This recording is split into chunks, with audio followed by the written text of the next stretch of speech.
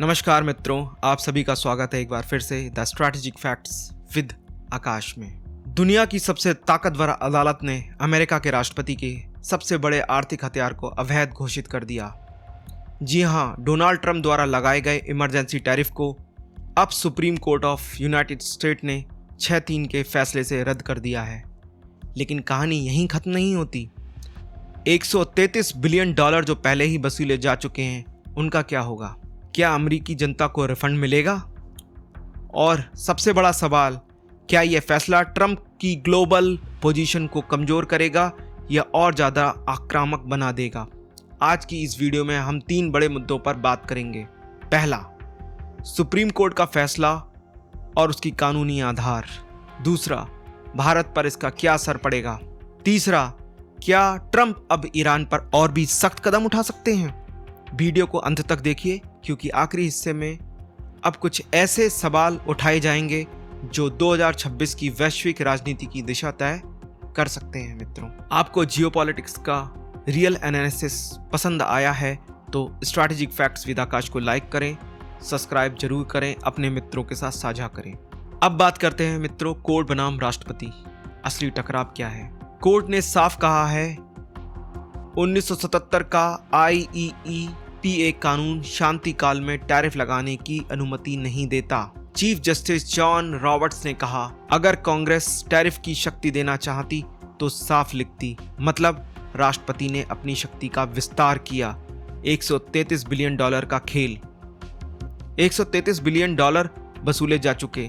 अनुमान है 175 बिलियन तक रिफंड करना होगा, लेकिन आम जनता को रिफंड मिलना मुश्किल है। जस्टिस ब्रेट कावने ने कहा, refund process will be a mess.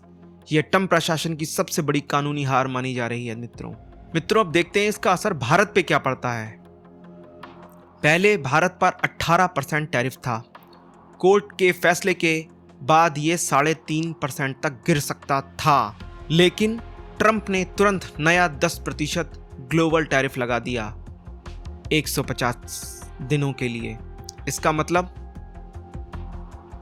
18% से राहत, लेकिन MFN 3.5% से ज्यादा 150 दिन के बाद खत्म हो सकता है, या फिर एक नया इमरजेंसी टैक्स लगा दिया जाएगा। ट्रंप ने कहा, Indian deal is on, nothing change. यह केवल व्यापार नहीं है, यह रणनीतिक दबाव है। मित्रों, क्या ईरान अगला मोर्चा हो सकता है?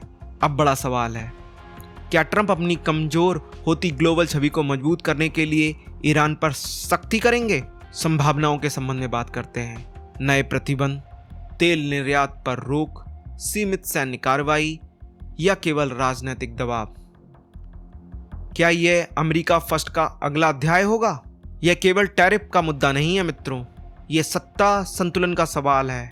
राष्ट्रपति बनाम सुप्रीम कोर्ट, अगर ट्रंप आक्रामक रुख अपनाते हैं तो वैश्विक तनाव बढ़ेगा। मित्रों, भारत को संतुलित नीति अपनानी होगी। यहाँ पर चीन और रूस स्थिति का फायदा उठा भी सकते हैं अगर ये डील की राजनीति करते हैं।